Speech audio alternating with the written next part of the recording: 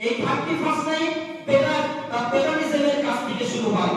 আর এরই মধ্যে সবথেকে বেশি প্রভাবশালী ব্যক্তি ছিলেন, তার নাম হচ্ছে জুলিয়াস সিজার। এই জুলিয়াস সিজার এক দেবতা ছিল। আপনারা উইকিপিডিয়া, সোশ্যাল মিডিয়াতে গিয়ে বা গুগলে গিয়ে আপনি জুলিয়াস সিজার বলে সার্চ করবেন, দেখবেন একটা মূর্তি চলে আসবে। এই জুলিয়াস সিজারের নাম অনুসরণ করে সেই যুবক তার নাম রেখেছিল জুলিয়াস সিজার। এবং জুলিয়াস সিজার এই ব্যক্তি যে হায়ার এডুকেশনার ছিল, সে এক ক্যালেন্ডার আবিষ্কার করে। সেই ক্যালেন্ডারটার নাম হচ্ছে গ্রেগরিয়ান ক্যালেন্ডার।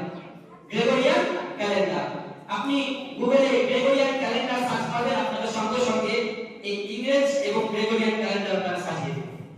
তো গ্রেগরিয়ান ক্যালেন্ডার আবিষ্কার হয় এবং গ্রেগরিয়ান ক্যালেন্ডার মোতাবেক এই 31st নাইট দিনটাকে রাষ্ট্রীয়ভাবে ঘোষণা করা হয় সেলিব্রেশনের ডে হিসেবে, এবং এই দিনটাকে তারা খুশি এবং আনন্দের দিন, রাত হিসেবে গ্রহণ করে।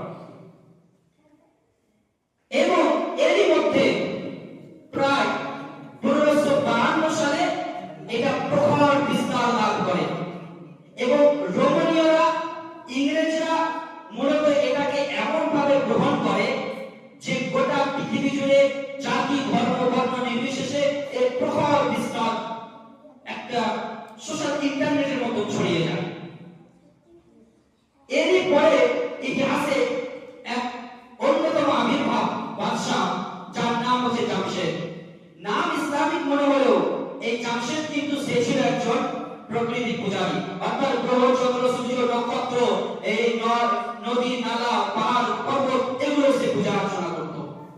এই জামশেদ যেহেতু সে তার হাতে ক্ষমতা, ইকোনমিক, তার হাতে মিলিটারি ফোর্স, যেহেতু এর হাতে সবকিছু ক্ষমতা থাকার সত্ত্বে সেই গ্রেগরিয়ান ক্যালেন্ডারটাকে নিয়ে নেয় এবং গ্রেগরিয়ান ক্যালেন্ডার অনুযায়ী সেই 31st নাইট থেকে খুব সুন্দরভাবে এবং আভিজাত্য করে একে সুন্দরভাবে সেলিব্রেশন করা শুরু করে।